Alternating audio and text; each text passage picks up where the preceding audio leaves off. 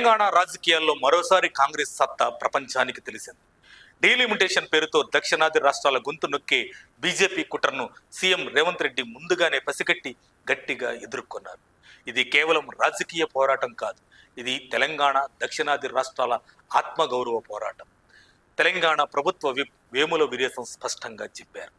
BJP దేశాన్ని రాజకీయంగా తన గుప్పిట్లో పెట్టుకోవడానికి డీలిమిటేషన్ పేరుతో దక్షిణాది రాష్ట్రాలకు అన్యాయం చేయాలని ప్లాన్ వేసిందని. కానీ మన సీఎం రేవంత్ రెడ్డి మొదటి నుంచే ఈ కుట్రను ప్రజల ముందుకు తీసుకొచ్చారు.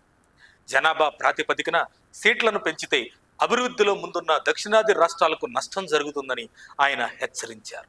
అంతేకాదు, అన్ని రాష్ట్రాల ముఖ్యమంత్రులను ఏకం చేస్తూ లేఖలు రాశారు.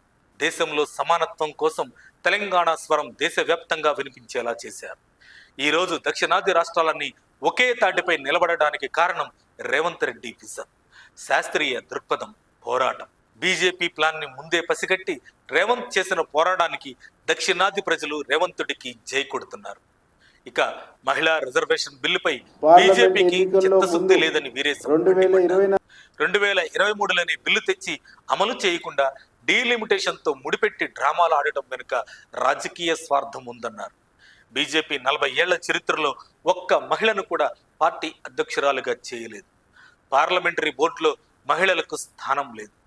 అలాంటి పార్టీ మహిళా సాధికారత గురించి మాట్లాడటం హాస్యాస్పదం. ఈ పోరాటం కాంగ్రెస్ బలం. సోనియా గాంధీ, రాహుల్ గాంధీ, ఖర్గే గారి స్ఫూర్తితో సీఎం రేవంత్ రెడ్డి తెలంగాణ ప్రయోజనాల కోసం రాజీ లేని యుద్ధం చేస్తున్నారు. ఇప్పుడు స్పష్టంగా అర్థమైంది, మోడీ ఎత్తుగడలు ఇక రేవంత్ ముందు సాగవు. బీజేపీ పతనం మొదలయ్యింది. దక్షిణాది రాష్ట్రాలను బానిసత్వంలోకి నెట్టే ప్రతి కుట్రను కాంగ్రెస్ అడ్డుకుంటుంది. రేవంత్ నాయకత్వంలో తెలంగాణ గళం దేశ గళంగా మారుతుంది. ఇది విజయం కాదు, ఇది కొత్త రాజకీయ యుద్ధానికి ఆరంభం.